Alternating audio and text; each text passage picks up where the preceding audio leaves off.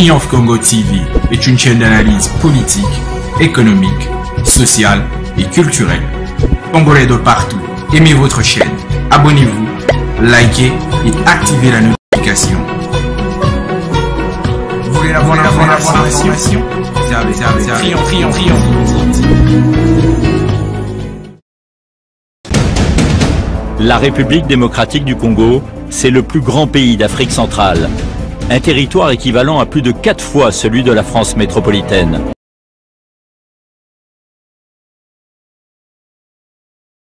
Voilà, aimables téléspectateurs de Triomphe Congo Télévision, vous tous qui nous regardez partout au monde, nous sommes très ravis de vous retrouver une fois de plus sur votre média en ligne, Triomphe Congo Télévision, en ce jour. Nous vous saluons de partout où vous vous trouvez. Voilà, au menu de ce numéro de Triomphe Congo Télévision, un décryptage des actualités au niveau de la province du Haut-Katanga, mais pourquoi pas aussi au niveau national, en République démocratique du Congo. De quoi il sera question aujourd'hui? Nous allons aborder d'abord en province les efforts qui sont menés par le maire de la ville de Lubumbashi, Martin Kazembe Choula, pour essayer d'assainir la ville de Lubumbashi, qu'elle soit propre. Alors l'opinion se demande, est-ce qu'il y a une probabilité pour que cela puisse réussir, il y aurait une réussite ou pas, pendant que la population de la ville de Lubumbashi n'abandonne pas les mauvaises habitudes, hein, afin de rendre aussi l'assainissement, un environnement sain dans la ville de Lubumbashi, partout où il se trouve dans différentes communes. Et au niveau national, vous êtes sans ignorer que l'Organisation internationale pour la francophonie, l'OIF, vient de marteler une fois de plus et refuse catégoriquement cette proposition aussi de la révision du fichier électoral présentée par la Commission électorale nationale indépendante CENI avant la tenue des élections de décembre 2023. Et l'opinion encore se demande une fois de plus, est-ce que les élections de 2023 vont se tenir dans le délai constitutionnel? C'est une question qui reste pendante. À part cela, mesdames et messieurs, nous allons aussi chuter avec cette actualité, avec la SADC. Vous êtes sans ignorer que le président, son Excellence Félix Antoine Tshisekedi, président en exercice de la SADC, a fait recours à la SADC pour que les troupes de la SADC puissent venir combattre aux côtés des forces armées de la République démocratique du Congo afin de bouter dehors les rebelles du M23 qui sont parrainés par le régime de Kigali, là où nous citons le Rwanda.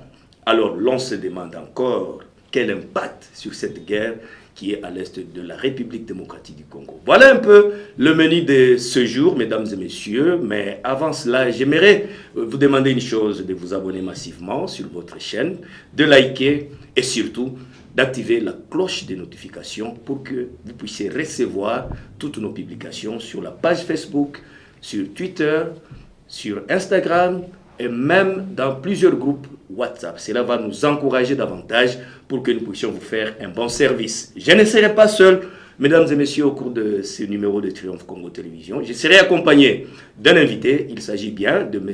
Colin Juma Moussompo, qui est d'abord le directeur provincial de Triomphe Congo Télévision et aussi mon invité d'aujourd'hui, à qui j'ai dit aussi bonjour, M. Colin. Bonjour, cher confrère Étienne Mabimbi. Bonjour aussi à tous les téléspectateurs de Triomphe Congo Télévision qui ont pris le temps pour nous suivre au cours de ces décryptages où nous allons aborder des questions tout à fait utiles et importantes. Les questions d'actualité par rapport à la ville de Lubumbashi, la province, et puis tout à fait. Nous allons aussi analyser quelques matières comme je l'ai annoncé dans le prélude. Voilà, aujourd'hui nous commençons d'abord par cette actualité en rapport avec l'assainissement. Nous avons vu les efforts qui sont menés par le maire de la ville de Lubumbashi, Martin Kazembe, à travers Opération Safi, Salongo, et ainsi de suite. Est-ce que vous pensez que tous ces efforts-là auront un impact positif dans l'assainissement? Oui, Etienne, pour commencer cette histoire, nous devons d'abord partir de l'origine, c'est-à-dire cette année, depuis le mois de janvier, lorsque on a, donc je dis en 2022, lorsqu'on a, il a plu au chef de l'État de nommer M. Martin Kazembe Choula à la tête de la mairie de Lubumbashi. Oui. À partir de cette date-là, on a vu que l'ancien maire qui était là avait décliné l'offre de rendre la ville propre. Tout le monde se rappellera que toute la ville était pleine d'immondices. À l'époque de Mme Lauriane Mouewa. Oui, juste après la publication de l'ordonnance. Ah oui, nommant les maires et les bourgmestres. Madame Lauriane s'était déchargée de sa tâche et a laissé la ville vraiment impropre. Alors nous nous sommes posé la question, c'est quoi? Est-ce que c'est un problème d'émotion parce que ou quoi? Elle n'est plus à son poste. À son arrivée, M. Martin Kazembe Choula, nous avons vu qu'il a mené beaucoup d'efforts pour rendre la ville propre. Et lui-même était sur le terrain il était chaque fois sur le terrain avec son adjointe. Mais le problème qui se pose, c'est l'esprit, la mentalité du Congolais. Parce qu'on a vu le maire, le patron de la ville, instaurer le système de marchand à la sauvette, comme on appelle marchand pirate.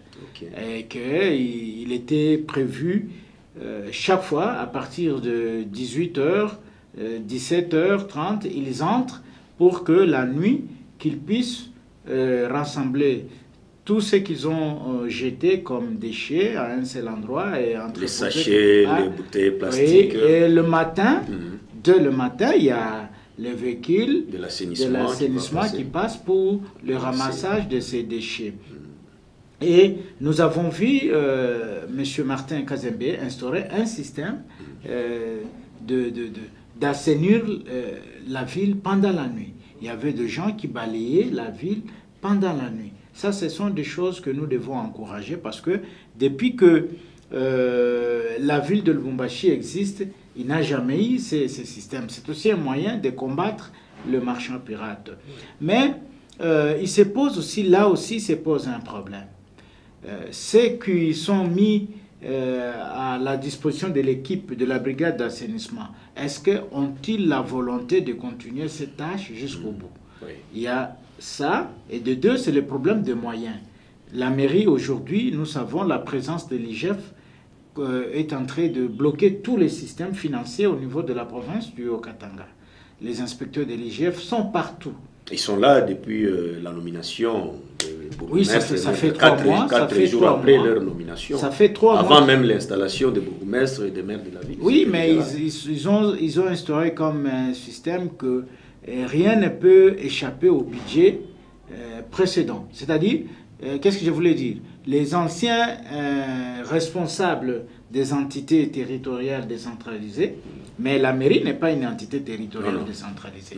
Les anciens, notamment les bourgmestres des communes, les chefs des secteurs, n'ont pas droit à toucher au budget, donc d'instaurer un autre budget par rapport.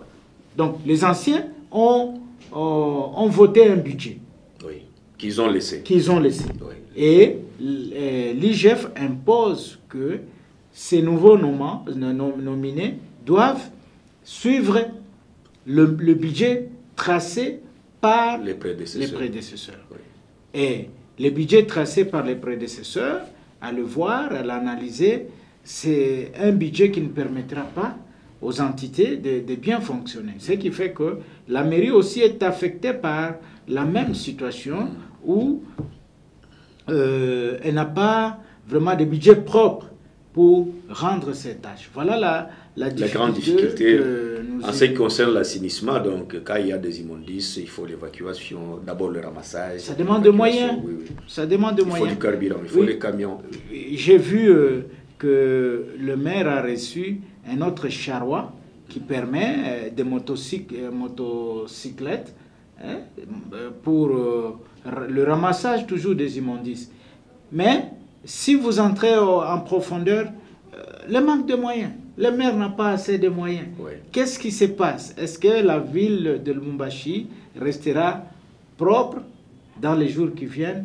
Voilà la grande question. Et puis vous avez évoqué un autre cas, c'est la mentalité du Congolais. Oui, la mentalité du Congolais, oui, parce que nous sommes habitués à jeter les déchets un peu partout, vous consommez de l'eau, vous jetez. Je vous donne un exemple. Va en Tanzanie. Ne fût-ce qu'un petit sachet. Moi, j'ai vécu au marché Kariako. J'ai acheté une bouteille d'eau. Alors, il fallait ouvrir. Vous voyez, il y a un petit sachet. Un petit sachet au niveau du bouchon. De bouchon là. Ouais. J'ai enlevé et j'ai jeté par terre. Ça n'a pas fait 5 minutes. Il y a la police qui est arrivée. On m'a ramassé. Oui. Vous voyez un peu. C'est-à-dire, il y a une mentalité de lutte contre l'insalubrité. Oui. Mais ici, chez nous, non. Bon, on peut manger même les arachides, les écossais, on jette sur la tout au long de votre passage, vous jetez n'importe quoi, les pots de Mais à une époque passée, à l'époque où Moïse était gouverneur de province, je me rappelle, Moïse avait lancé une campagne de sensibilisation sur la propriété de la ville. On a installé des poubelles un peu partout. Oui. Et puis, il y avait une mentalité. Hein, le gouverneur Moïse avait dit à son temps que si vous voyez quelqu'un jeter ne fût-ce qu'un papier sur par terre, oui. Essayez de lui dire que vous n'habitez pas le Lubumbashi, vous êtes nouveau venu. Chez nous, nous avons des poubelles. Et cette mentalité a disparu. C'est ça. Cette mentalité a disparu. Donc, quelque part, ça demande aussi notre sensibilisation. L'éducation citoyenne. Oui, c'est ça. C'est ce qu'il faut maintenant. Oui. Mais on constate que, bon, aussi, il y a beaucoup de gens qui inondent la ville, hein, qui viennent passer leur temps sans objectif. Et voilà, c'est ce qu'il peut acheter, il peut s'acheter une bouteille de Bora et puis il jette par terre. Et là, ça a des conséquences. Et maintenant, qu'est-ce qu'on peut dire en exergue par rapport à l'assainissement? Les efforts qui sont menés par le maire de la ville, Kazembe, Martin Kazembe, qu'est-ce qu'on peut envisager? Non, il faut l'encourager, il faut tout simplement l'encourager, et il faut qu'il y ait l'implication aussi du gouverneur. Le gouverneur de province doit aider le maire de la ville à assainir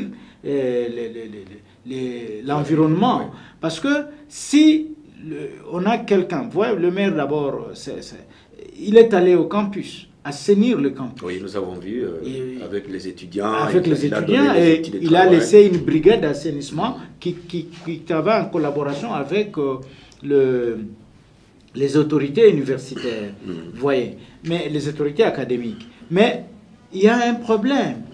C'est les gens, même les autorités au niveau provincial, ne s'impliquent pas à ça. Or, c'est leur bilan. Nous allons les juger. Parce que bientôt, il y aura des élections. Donc, je ne vais pas dire que le maire de la ville est en train de se préparer pour les élections. Non, c'est un monsieur, c'est un jeune universitaire. Et il a cette volonté de rendre la ville propre. Mais il faut un soutien populaire. Il faut que la population puisse le soutenir. Il faut aussi les autorités au niveau provincial, notamment le gouverneur de province. Il doit libérer le budget et pour que ces jeunes hommes qui ont de la bonne foi puissent rendre la ville propre et que le Lubumbashi devienne la capitale où il faut beau vivre. Ça, c'est vrai. Voilà. Et aussi, la population doit faire en sorte que les mauvaises habitudes qui sont contre l'hygiène puissent changer. Tout à fait. Imaginez, dans la ville de Lubumbashi, on parle de cas de choléra pendant que la saison sèche vient de commencer. C'est triste. C'est impossible. C'est vraiment triste. Voilà. Nous avons fini sur ce point, M. Colin Djouma-Moussompo. Nous allons aborder en national l'actualité selon laquelle l'Organisation internationale de la francophonie, qui est une institution d'appui à la démocratie et la promotion de la langue française à travers le monde, vient de décliner cette offre qui a été faite par la Commission électorale nationale indépendante, la CENI, en ce qui concerne la révision du fichier électoral avant la tenue des élections de décembre. Et maintenant, qu'est-ce qu'on peut dire là-dessus? Parce qu'on a vu Mme Louise Mushikiwabo, qui a martelé sur ces dossiers, elle a dit non, niet. On ne peut pas aller à la révision du fichier électoral pendant qu'il ne reste que 6 mois pour qu'on puisse aller aux élections. Oui, mais là, il se pose aussi un sérieux problème au niveau de la CENI. Ouais. Est-ce que notre CENI, qui est une commission nationale indépendante, une commission électorale nationale indépendante, est-ce qu'elle est vraiment indépendante? Parce que la CENI, à voir, elle n'est pas indépendante. Comment ça? Parce que, je me rappelle, en 2006, oui. La CENI, en organisant les élections de 2006... Là, c'était la CI. La CI, oui. Elle était indépendante. Oui. Comment? parce qu'on a vu toutes les partis impliqués dans les élections participer. Il y avait un pour des raisons de transparence, tout ça. Oui, il y avait un consensus. On a vu l'opposition dans la CENI, on a vu la société civile. Mais avec, nous arrivons en 2011, c'était la même chose. Hein, le président était de la majorité présidentielle et le vice-président était de l'opposition. Les questeurs étaient de l'opposition. Voilà un peu les choses qui donnaient la crédibilité à ces échéances électorales. En 2018, la même chose. Mais aujourd'hui, il n'y a pas ça. Et, il y a d'abord la société civile qui devrait occuper... Être aussi représentée là-bas. Oui, mais elle continue à crier haut et fort qu'elle n'est pas représentée au niveau de l'opposition aussi. L'opposition, vous entendez de gauche à droite, le FCC, les autres partis dire que nous ne sommes pas concernés parce que nous sommes pas représentés dedans. Vous voyez le président de la CENI, il est proche du pouvoir, le vice-président proche du pouvoir, le questeur qui a été chassé au FCC, il a été radié. Il était même radié. Ouais. Alors, avec ça, l'OIF a vu que il n'y a pas de consensus. Et aussi, le problème, c'est quoi? La CENI actuelle, qui est jugée être proche du pouvoir, veut manipuler les organisations qui viennent faire l'audit du fichier électoral, notamment l'OIF. C'est-à-dire, il faut orienter le système de travail, il faut manipuler. Et aussi, il faut que le rapport qui sera établi soit validé par la CENI. Chose que l'OIF a refusé. Il faut que cette organisation qui vient pour l'audit du fichier électoral doit être indépendante. Et elle ne doit pas dépendre de la structure qui existe, notamment la CENI. Et que s'il faut que la CENI puisse collaborer avec cette structure, il faut que la CENI amène ses experts qui puissent travailler avec les consultants de cette organisation. Voilà là où se trouve le problème. Et là, avant les élections, tout doit être fait. Ah oui. Parce que nous courons derrière le temps. Tout à fait. Et il y a aussi un aspect par rapport à l'opposition. Parce que tant que l'opposition n'est pas représentée dans la CENI, donc il n'y aura pas élection. Bon, il n'y aura pas élection. Comment voulez-vous que les élections soient organisées sans l'opposition, sans la société civile? Bon, vous dites qu'il n'y aura pas des élections comment? Il y a déjà une structure qui est là, la CENI est là, avec le président Kadima qui est accepté, entre guillemets, par les autres. Mais bien sûr, mais il y a d'autres postes au niveau de la CENI qui doivent revenir à l'opposition. Mais jusque-là, on n'a pas donné l'accès à l'opposition d'être représentée au sein de la CENI, pour des raisons de transparence, parce que vous vous rappellerez que c'est depuis 2006 que nous avons assisté aux premières élections démocratiques avec Joseph Kabila. Les postes qui étaient réservés à l'opposition au sein de la CENI leur a été donné, n'est-ce pas? En 2011 également, en 2018 aussi, avant qu'on puisse parler de la passation du pouvoir. C'est ce que je venais de dire. Mais comment se fait-il qu'en 2023, au niveau de la CENI, l'opposition n'est pas représentée, la société civile également? Donc, là, on parle de quelle CENI? Est-ce que, si vous voulez, je vous comprends bien, vous voulez dire qu'il n'y aura pas... vous doutez de la passation prochaine pacifique, donc de la... Comment est-ce qu'on dit? De la transparence. La transparence. Il n'y a pas un climat de confiance. Oui. Est-ce qu'il n'y aura pas une alternance pacifique? Oui. Vous doutez de ça? On doute de ça parce que les Congolais se demandent aujourd'hui, hein, comment se fait-il que 2006, 2011 et 2018, il n'y a pas eu de problème avec l'opposition? Parce qu'on ne peut pas diriger un pays comme la République démocratique du Congo avec seulement le parti au pouvoir. Il faut qu'il y ait l'opposition, il faut qu'il y ait la société civile. C'est ça la démocratie. Est-ce que vous imaginez, vous pensez que quelle pourrait être la solution pour que ces fichiers soient... Pour que le fichier soit crédible, comme il y a cette structure qui vient appuyer aussi, parce que parmi les structures d'appui à la démocratie, il y a aussi l'OIF, qui va travailler en concomitance avec la CENI. Et il faudrait aussi que l'opposition soit représentée au sein de la CENI. La société civile également. Mais là, c'est revenir à la case du départ. Oui, c'est ça. C'est revenir encore à la case du Mais départ. quand vous dites que non, nous avons déjà démarré le train, celui qui restera en retard doit rester. Mais écoutez, la CENI, elle est une organisation d'appui à la démocratie. Quand on parle de la démocratie, mais laissez à tout le monde d'être représenté, selon les textes qui nous régissent tous. Mais il y a aussi un problème, c'est la peur qu'il y a du côté de l'opposition. De l'opposition. Bon, le côté du pouvoir dit que l'opposition a peur d'aller aux élections, et que j'ai suivi le président Bosso dire un jour qu'il n'y aura pas de dialogue. Donc, nous allons aller tout droit aux élections. Donc, on doit forcer. Ça ne se passe pas comme ça. On peut forcer. Ça ne se passe pas comme ça. Comment vous voulez refuser le dialogue? Or, c'est à travers le dialogue qu'il y aura un consensus. C'est ça même la démocratie. Oui, il faut... Est-ce qu'on peut organiser un match de football avec les arbitres, les juges de touche qui appartiennent à une équipe? Ils doivent être neutres.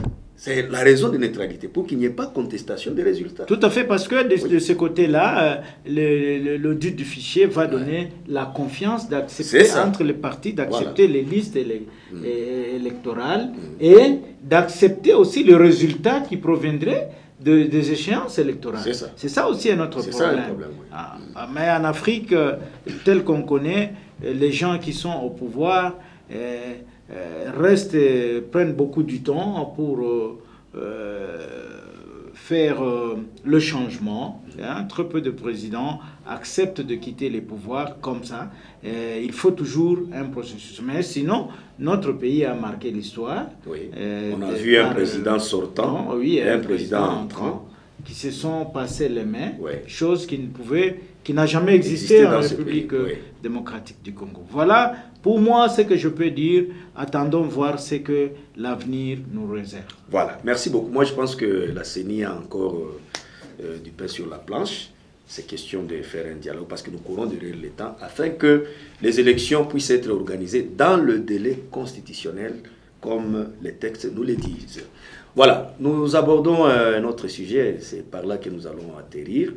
C'est en rapport avec cette actualité, donc l'arrivée probable dans quelques jours, dans les jours à venir, des troupes de la SADC, cette communauté des États d'Afrique australe, dont le président, son Excellence, le président Tshisekedi, et le président en exercice, il est allé au Botswana, qui est le siège même de cette institution, pour demander à ce que cette communauté puisse envoyer les troupes qui doivent aider les FARDC à bouter dehors les rebelles du M23 qui sont parrainés par le régime de Kigali. Maintenant, les Congolais se posent des questions.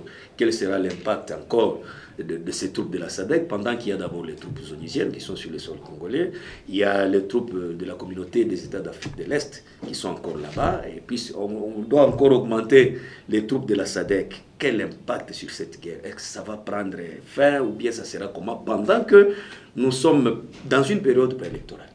Oui, de ce côté-là, il faut se poser aussi des questions. Oui. Que reproche-t-on les groupes des AEAC? Bon, le président Tshisekedi a vu qu'il a été roulé par son homologue kenyan. C'est ainsi, en tant que président en exercice de la SADC, il a pesé pour qu'on puisse lui ramener la paix. Oui, la paix doit revenir, mais on connaît le début de la guerre, mais on ne connaît pas la fin. C'est ça aussi un autre problème. Mais avec la présence de plusieurs troupes sur le sol congolais, est-ce que ne pouvons-nous pas un jour nous retrouver que le pays est balkanisé? Parce que vous êtes sans ignorer que le Rwanda et la Kenya sont derrière le M23. Ils collaborent très très bien. Ce sont les mêmes gens. Ce sont les mêmes gens. Mais est-ce que ma crainte, c'est de voir qu'une fois les troupes de la SADC arrivées ici, est-ce que ça ne fera pas que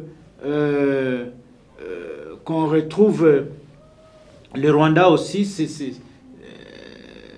et le Kenya derrière le M23 à s'affronter aux troupes de la SADC? Voilà, c'est la même question qu'on se pose tous, parce que vous vous souviendrez que lors de la guerre d'agression en 1998, quand l'AFDEL avait dit écoutez, vous étiez des mercenaires, vous devrez rentrer chez vous, les mêmes gens sont rentrés à Goma, ils ont fait ce qu'ils ont fait, et pour revenir encore. Mais c'est là où, paix à son âme. Donc là, ils sont venus, et bon, il y avait le RCD qui... Oui, c'est ça même le RCD. Oui, c'est une copie conforme, le M23. Oui, à l'original. Et vous allez vous souvenir aussi que lorsqu'il y a eu passation du pouvoir dans ce pays en 2019 ici, mais il n'y avait pas l'existence du M23. C'est aussi un problème. Le M23 a fait surface. C'est pendant moins de 6 mois, une année du mandat du chef de l'État. Et l'on se pose des questions. Qu'est-ce qui était derrière tout ça? Moi, je pense que pour le moment, le président a pris quand même conscience. Il s'est rendu compte que, comme vous venez de le dire, les troupes de la CASC n'ont rien à foutre. Mais oui, ils n'ont rien à foutre. Oui, parce que là, si vous évaluez en termes de budget, ils sont bien payés plus que les forces armées de la République démocratique du Congo. Ils sont payés par qui? Par le gouvernement congolais. Voilà. Maintenant, la SADC sera payée par qui? Toujours par le même gouvernement. Mais quelqu'un me dira qu'ils ne seront pas payés par le gouvernement. Ils seront payés par parce qui? Que c'est l'organisation qui s'est mobilisée pour envoyer les troupes afin d'aider un pays en détresse, un membre en détresse. Non, ce n'est pas le cas parce que on se souvient, je disais là tantôt, lorsque Mzee Kabila a fait appel aux troupes de la SADC, nous avons vu les troupes angolaises venir au Congo. Nous avons vu les Namibiens, les Zimbabwéens. Vous voyez un peu. Mais ils étaient payés par le gouvernement congolais. D'ailleurs, ils étaient les mieux payés. Parce que là, ils viennent en termes de mercenaires. Ce sont des mercenaires pour mettre fin à la guerre. Et pendant leur séjour, parce qu'il y aura aussi des morts de leur côté. Oui. Il faut indemniser toutes ces familles. Donc, ce sont des calculs qui se font avant l'engagement. Donc, c'est un contrat.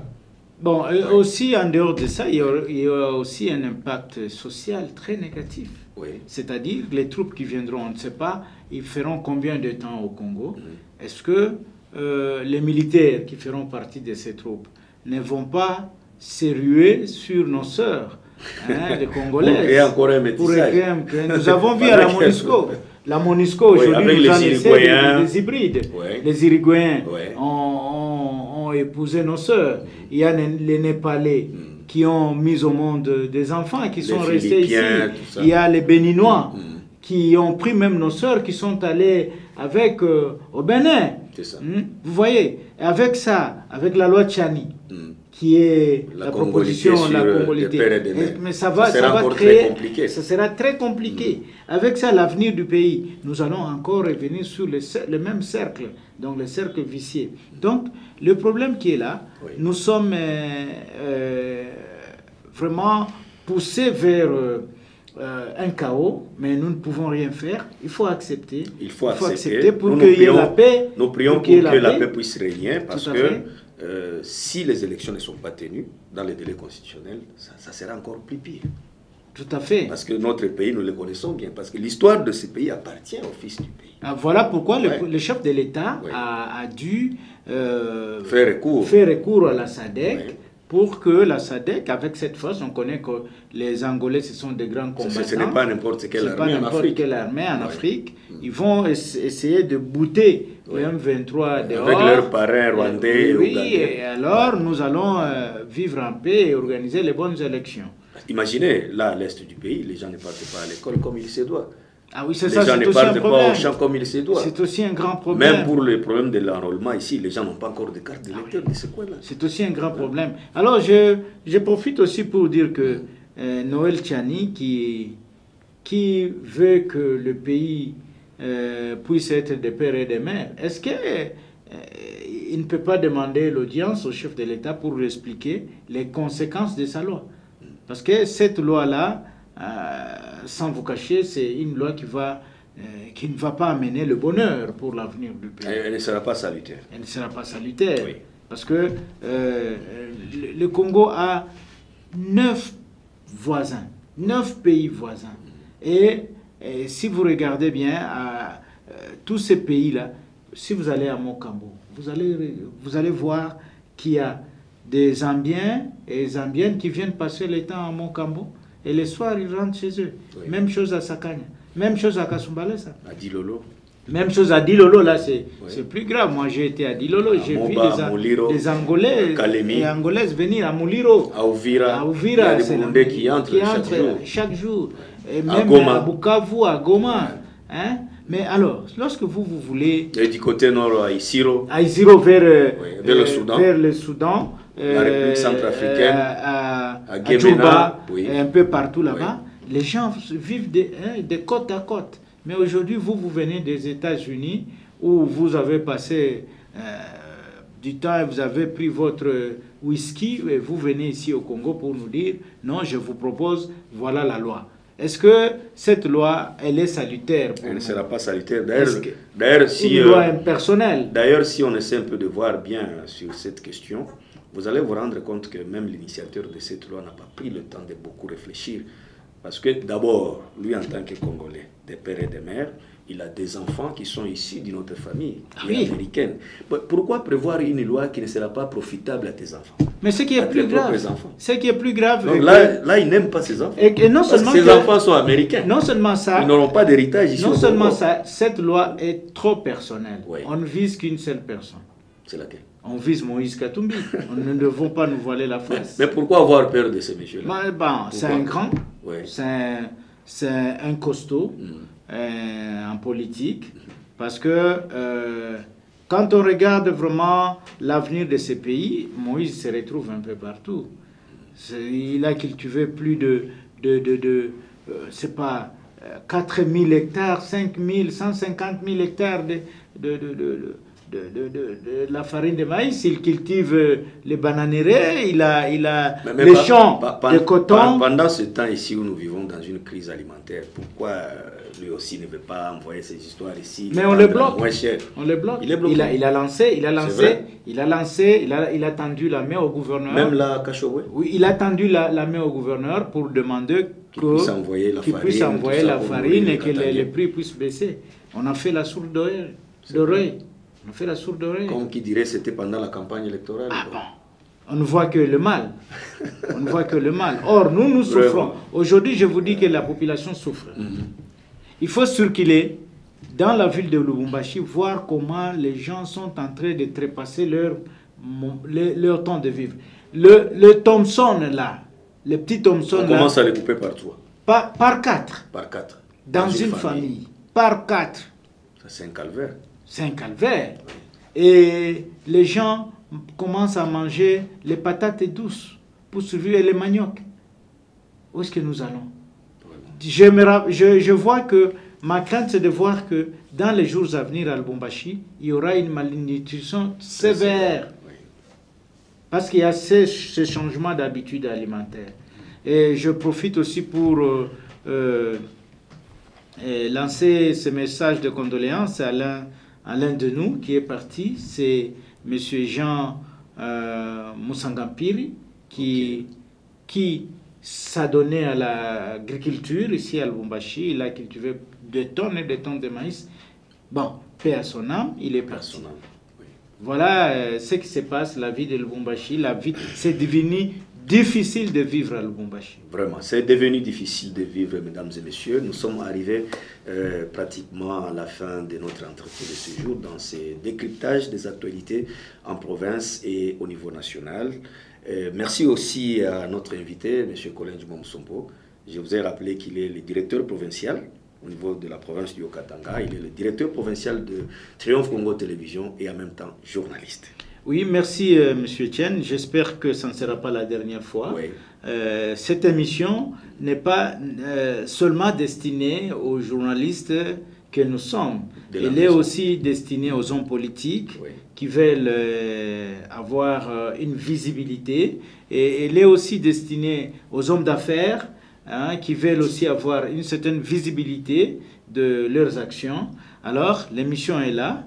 Le plateau est là pour vous. Nous espérons que ceux qui nous suivent, ils nous écoutent. Triomphe Congo Télévision, c'est une grande chaîne. C'est une grande chaîne dans la ville. Et nous sommes la première chaîne, un média en ligne, ici dans la ville de Lubumbashi, qui fait qui organise des émissions comme ça en ligne et qui a un auditoire très suivi. Nous sommes très suivis à travers le monde, à travers la République démocratique. Et avec aussi nos chaînes partenaires. Avec nos chaînes partenaires, nous sommes en mesure de hisser les niveaux de tout et chacun qui va passer par Triomphe Congo Télévision. Voilà, je vous dis merci, mais la seule chose, c'est de demander à nos téléspectateurs de s'abonner massivement sur cette chaîne, Triomphe Congo TV. Merci beaucoup, M. Colin. Et nous vous disons merci. Retrouvez tout cet entretien sur notre page Facebook, sur WhatsApp et dans plusieurs groupes aussi, WhatsApp bien sûr. Et sans oublier sur Twitter, Instagram et YouTube. Au revoir et à la prochaine. Triomphe Congo TV est une chaîne d'analyse politique, économique, sociale et culturelle. Congolais de partout, aimez votre chaîne, abonnez-vous, likez et activez la notification. Vous voulez la bonne information?